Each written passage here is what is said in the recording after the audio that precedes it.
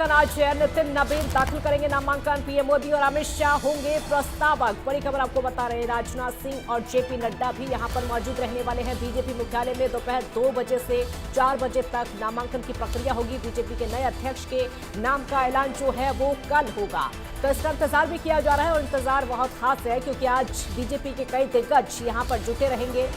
प्रधानमंत्री भी रहेंगे और अमित शाह भी रहने वाले हैं। रक्षा मंत्री राजनाथ सिंह भी यहां पर मौजूद रहेंगे। और आपको ये भी खास बता दें कि जो बीजेपी शासित राज्य हैं उन राज्यों के मुख्यमंत्री भी, कई राज्यों के मुख्यमंत्री भी यहां पर मौजूद रहने वाले हैं, क्योंकि ये प्रक्रिया खास है। कई राज्यों के मुख्यमंत्री, सांसद, विधायक और कई मंत्री भी यहां पर मौजूद रहेंगे, क्योंकि ये प्रक्रिया बेहद खास है जब बीजेपी के राष्ट्रीय अध्यक्ष का चुनाव होगा।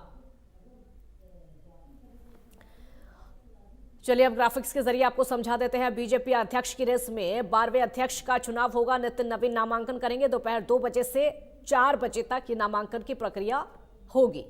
तो अध्यक्ष की रेस है, बेहद खास है और ये महत्वपूर्ण है। जाहिर सी बात है 12वें अध्यक्ष का चुनाव होना है। अब से पहले 11 अध्यक्ष बने हैं और आज जो चुनाव होगा वो 12वें अध्यक्ष का चुनाव होगा। नितिन नवीन इसमें नामांकन दाखिल करेंगे। प्रधानमंत्री नरेंद्र मोदी यहां इस प्रक्रिया में मौजूद रहने वाले हैं। अमित शाह, रक्षा मंत्री राजनाथ सिंह इसमें शामिल होंगे। बीजेपी के सभी राज्यों के सीएम भी शामिल होंगे। जैसा कि हमने अभी आपको बताया भी था, सभी राज्यों के प्रदेश अध्यक्ष भी इस प्रक्रिया में मौजूद रहने वाले हैं। यानी ये जो प्रक्रिया है, कई राज्यों के मुख्यमंत्री, अध्यक्षों, इन सभी की मौजूदगी में होने वाली है। प्रधानमंत्री यहां पर मौजूद रहने वाले हैं। बेहद खास ये मौका होगा जब बीजेपी के अध्यक्ष का नामांकन यहां पर किया जाएगा।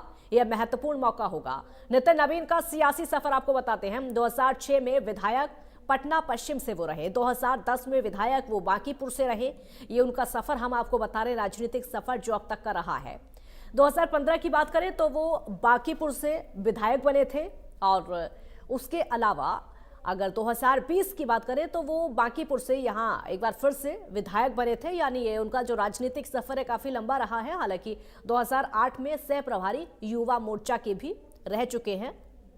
ये बड़ी जिम्मेदारी वो संगठन की संभाल चुके हैं। 2010 से 2016 तक राष्ट्रीय महामंत्री युवा मोर्चा के रह चुके हैं। यानी हमेशा से वो एक्टिव राजनीति में रहे। 2016 से 2019 के बीच प्रदेश अध्यक्ष युवा मोर्चा बिहार के रहे। ये बड़ी जिम्मेदारी उन्होंने संभाली। 2019 में सिक्किम में चुनाव प्रभारी भी नितिन नवीन को बनाया गया था। यानी बहुत बड़ी जिम्मेदारियां भी वो संभाल चुके हैं। और 2019 में सिक्किम के प्रभारी संगठन भी उनको बनाया गया था।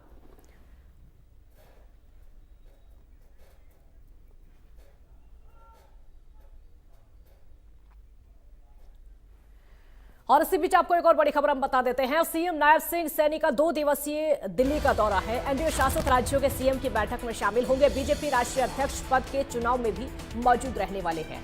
ये महत्वपूर्ण दौरा हरियाणा के मुख्यमंत्री का रहेगा। एनडीए शासित राज्यों के सीएम की बैठक में शामिल होने वाले हैं, क्योंकि यह खास मौका है जब यहाँ राष्ट्रीय अध्यक्ष का चुनाव होना है। तो सभी बीजेपी शासित राज्यों के मुख्यमंत्री पहुंच रहे हैं।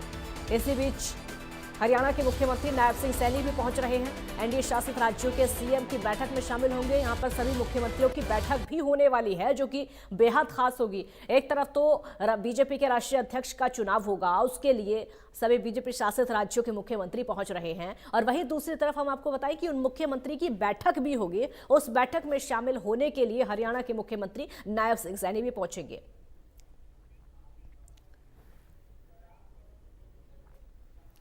और अब दिल्ली में बीजेपी के राष्ट्रीय अध्यक्ष पद के चुनाव से जुड़ी हुई खबर आपको बता देते हैं। हरियाणा बीजेपी ने नियुक्त किए हैं 20 प्रस्तावक। सीएम सैनी, मोहनलाल बड़ोली समेत 20 प्रस्तावक बने। सभी प्रस्तावक को दिल्ली बुलाया गया है, क्योंकि यह खास प्रक्रिया है। ये चुनाव की प्रक्रिया है, राष्ट्रीय अध्यक्ष का चुनाव है।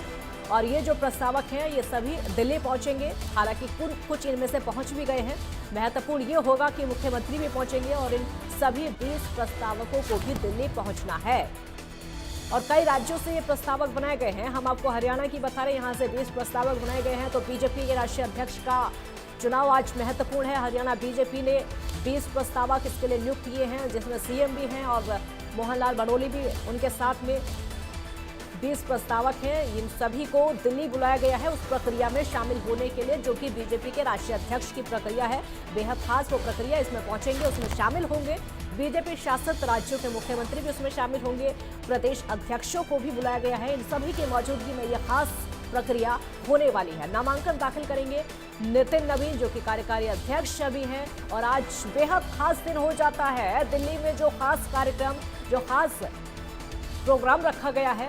बीजेपी मुख्यालय में आज चुनाव होना है बीजेपी के राष्ट्रीय अध्यक्ष का।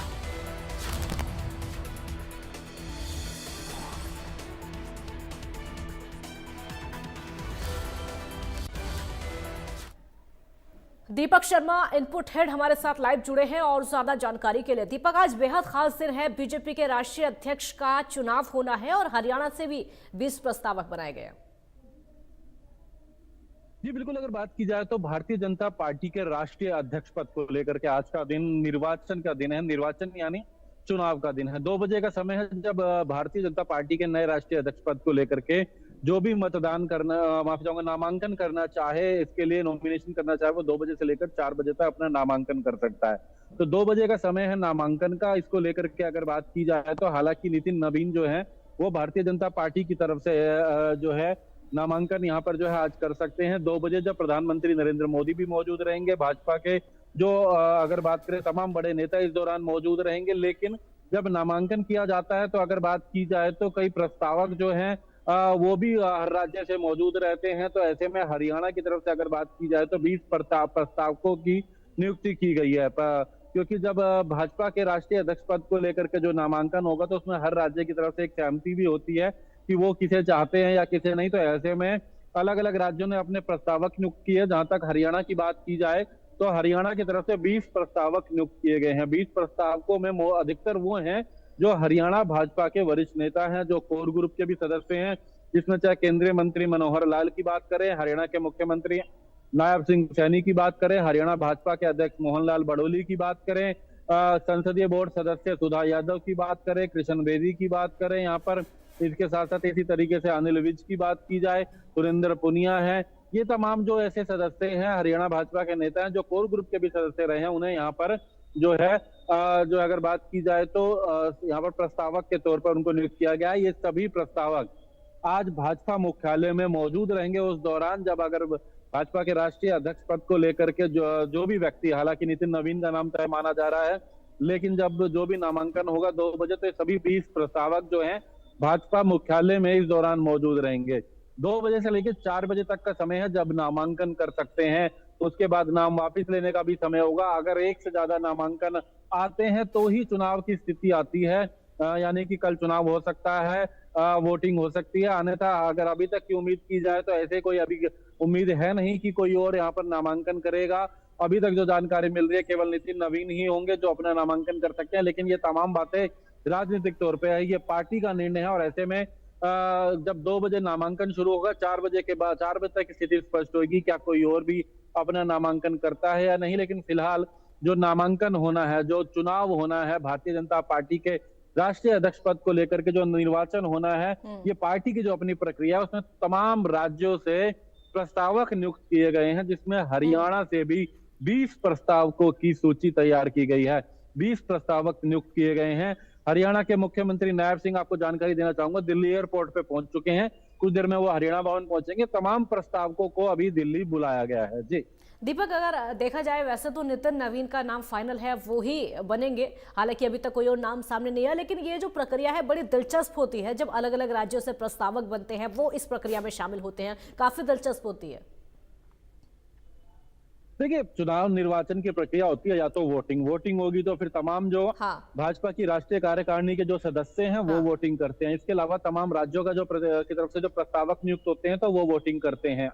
और जब या प्रस्तावक या फिर अगर जब किसी का नाम पार्टी की तरफ से एक मत रखा जाता है तो उसमें भी प्रस्तावकों की भूमिका रहती है कि वो अगर पार्टी की तरफ से अगर 20 प्रस्तावक नियुक्त किए गए हैं हर राज्य की तरफ से, वो 20 प्रस्तावक अगर जाकर किसी के नाम पर सहमति जताते हैं उसके निर्वाचन के दौरान, तो वो नाम माना जाता है कि ये पूरे प्रदेश की तरफ से ये एक सहमति हो गई, प्रदेश भाजपा की तरफ से सहमति होगी। ये कहीं ना कहीं एक कोर ग्रुप का अधिकतर उनको जोड़ा जाता है, क्योंकि निर्णय भी प्रदेश के कोर ग्रुप का होता है। तो इसीलिए चाहे राजस्थान की बात करें, हरियाणा की बात करें, उत्तर प्रदेश की बात करें, मध्य प्रदेश की बात करें, तमाम राज्यों से जो भारतीय जनता पार्टी के जो प्रदेश की कार्यकारिणी है उनकी तरफ से प्रस्तावकों की सूची तैयार की गई है।